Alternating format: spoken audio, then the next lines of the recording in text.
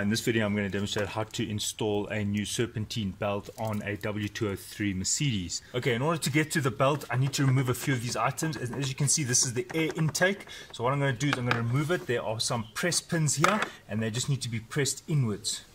So what I do is I just put a flat screwdriver, there's a thin flat one, I go at the back and then I pull it apart here, and then I go on this side and there, put the flat screwdriver, and then I'm ready to pull this apart.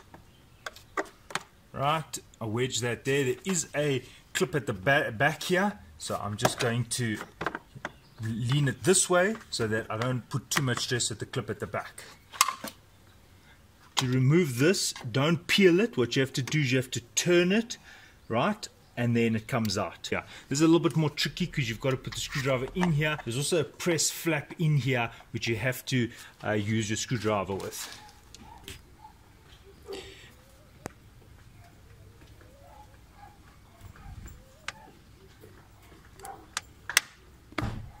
Right, now that you've depressed that, you're able to peel this out like that.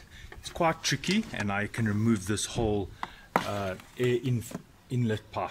I now need to make space here to get to the serpentine belt, so I'm going to have to remove this section in the front. I'm going to start here with this pipe at the top.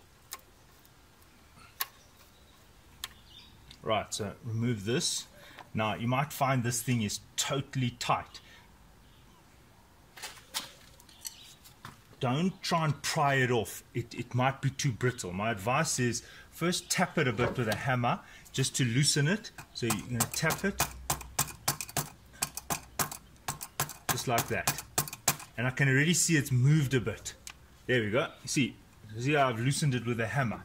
So now I can try and pull it off while turning it. You can see it is very tight here though. Okay. There we go. Right, to release this, you just squeeze it at the back. There we go. Right, now I've just peeled this spring. All I did is I lifted it, and if you have a look at the spring, there it is. So you just want to lift it because it is holding this pipe in place. When you pull this pipe out, some water might come out, and you can see how it sits in that recess there. So you kind of want to lift it off that recess so this can come out. And if this dripping is bothering you, you can just cover it there. Just covering it there.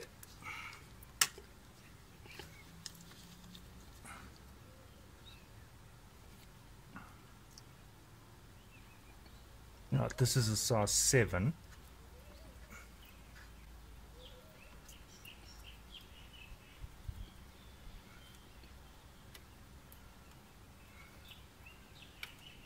Okay.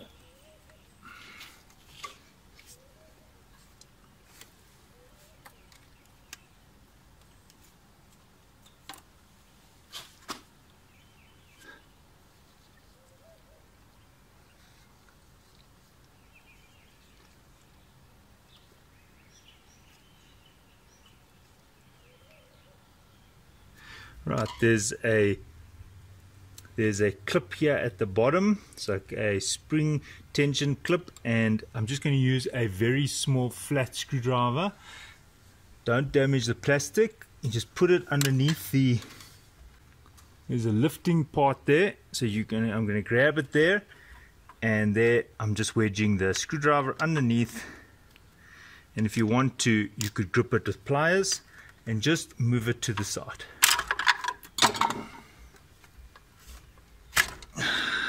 Release the pop. Now I'm just going to twist off here the back. You can just leave that in there. Now you've got the space, you don't even have to take it out. Now at this point you want to memorize the layout of this belt, so I'm going to post a photo and show you the layout. Right, using a T60 Torx bit 60, just on the side of the tensioner, you can see that I can release the belt now. There comes the belt.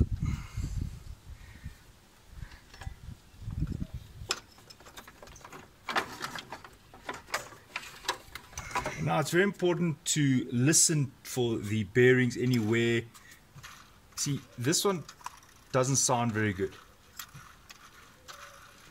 This sounds like the bearing needs to be changed.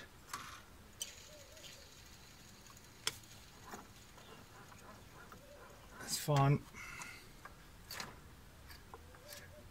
Fine. Fine. Fine. Fine. So I've seen now that I've got two bearings that are not good. This one, you can hear it. It's like scratching. And that one, also scratching. Now before you fit a belt, you've got to check that the new belt and the old belt are the same, and I'm measuring them and they are the same. Just looking at the new belt, I can see how much better it is than the new belt, obviously. And you can see how all the tiny cracks have come through here. It is scratching or squeaking a bit, this belt, so it is time to change it. Now to remove the idler and the tensioner, this happens to be a E12. There's an E12, and I'm just going to use a ratchet and I will remove it. And you'll see that the screw doesn't come out because there's a little O-ring there. You can hear it ticking away. This bearing needs to be replaced, and there it's actually seizing. See it moving? It's tight, soft, tight, soft, tight, soft. That's how I know. Right, to get the tensioner pulley out, there is the tool. Now this is called a security Torx. Can you see there's a hole in it, whereas a regular Torx does not have it. So you're going to fit it in there, and then, okay, it's not very tight. Now here are the two pulleys, and unfortunately you can't press these bearings out. Well, you can try, but I haven't been successful. They're almost in the mold. In the old days we should just press them out and just change the bearing, but here I recommend you just get a new pulley, else you'll probably damage this thing trying to press this bearing out. If you look here, you can see how the plastic here of the pulley is around the bearing, and if you look this side, same story. You shouldn't hear the bearings, and I hear the rollers. And this one, yeah, it's already faulty. So now I need to just change these two. Right, these are the two tensioners. This is the belt tightener engine cooling tensioner. That's what the description is. And this bigger one is the tensioner pulley at timing case. So I'll just unbox them for you. Okay, just so you can get an example, comparison. You see, it's silent, and this one obviously it's got the covers on here. But when I spin it, I don't feel like a vibration. You see, on the old ones, on the old one, I can feel like a grinding. You know, when you grind something, it's got like a vibration. So I can feel the vibration in my finger. While the new one, there's no vibration. It's smooth, and that's how I know the bearing is fine. And obviously, it is brand new. All right. So now what I'm going to do is I'm going to put this on. Now it is almost looks unidirectional, but I'm going to put that towards the back, those little with the crevices there. Now I'm going to put Loctite on the threads.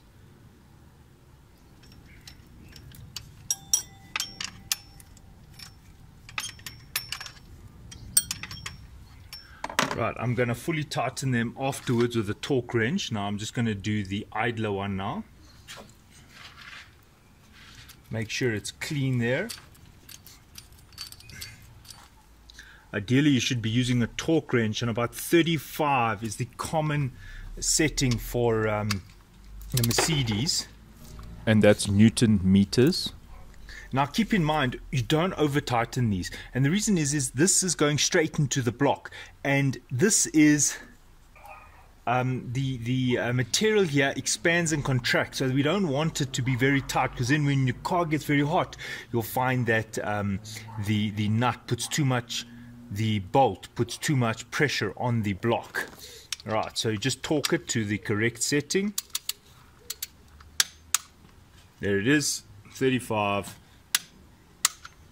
And then the one at the bottom, I don't have a security torques that I can put on here with a torque wrench, but I know the pressure I used here, so I'll just apply the same. Now it is time to put the belt back, and it's important to get the orientation, meaning the alignment of this belt correct. So I've got a little drawing here to help me. And when you are putting this belt on, try not to get any oil. Check these surfaces, they're all oil free. Just inspect them while you're here. Make sure there's no sediment, and now you're good to go to put the belt on.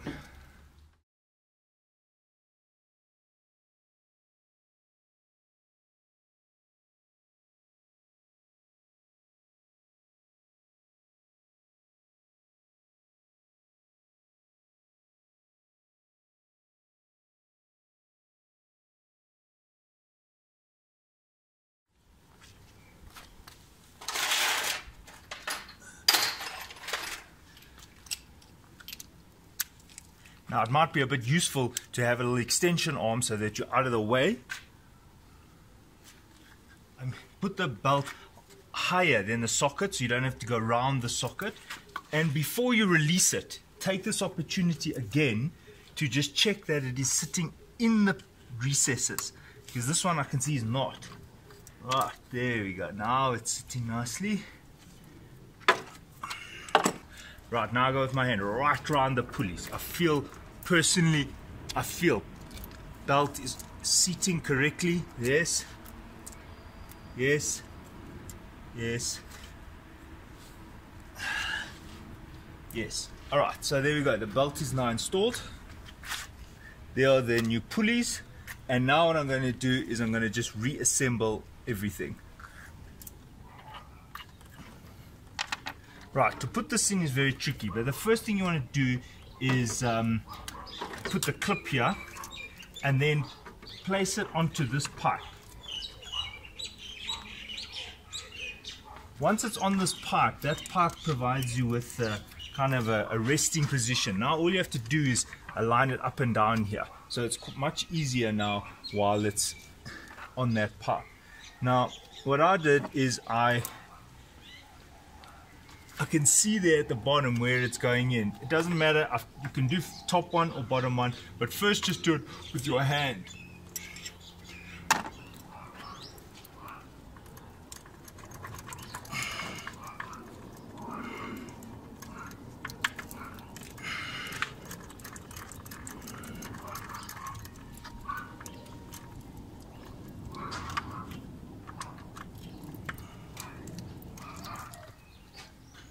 Right, now once those are tight, you just seat this pipe.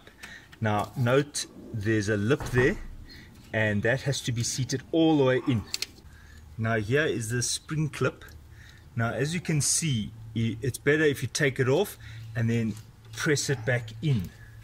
So you want to come from this angle and follow it in through its mouth. Just press it in, go along the line. Okay, make sure it's in the correct place, top and bottom, and I can feel underneath that it's seated in the correct place. See, that stops that from coming out.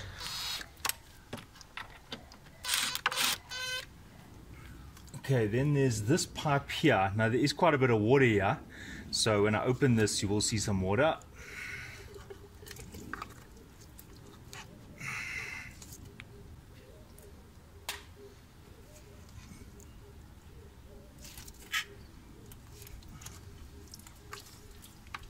Go.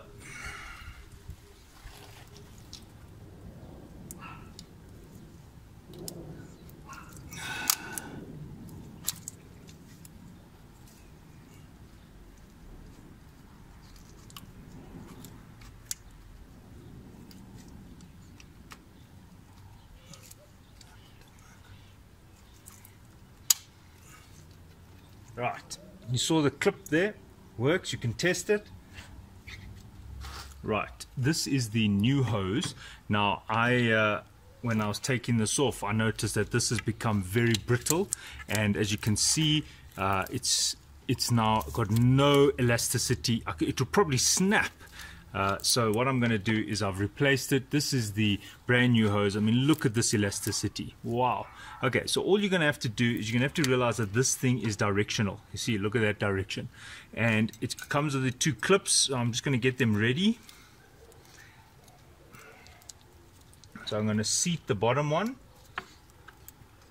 all the way to the bottom, and then the top one, put the clip on, just saves you time. I'm doing the whole thing, and then press it in all the way. Right, and the clip goes over there, and that one at the bottom. Now just time to tighten it.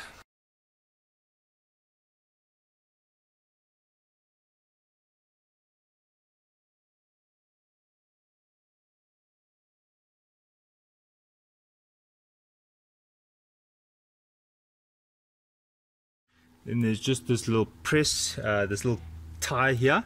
There you see how it looks, and I'll just open it over the pipe, and then it gets pressed into that little hole over there.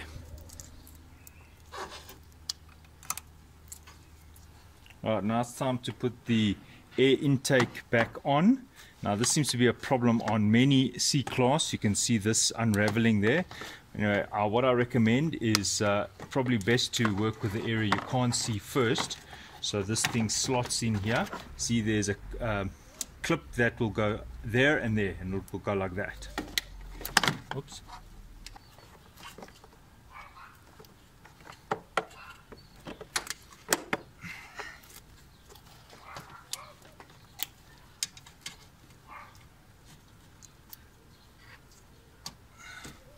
Now, before you start your car, I don't know if you noticed quite a bit of water came out there. So what you want to do is you just want to, you see, I can see it's very low there. So I'm just going to top this up with some antifreeze and water.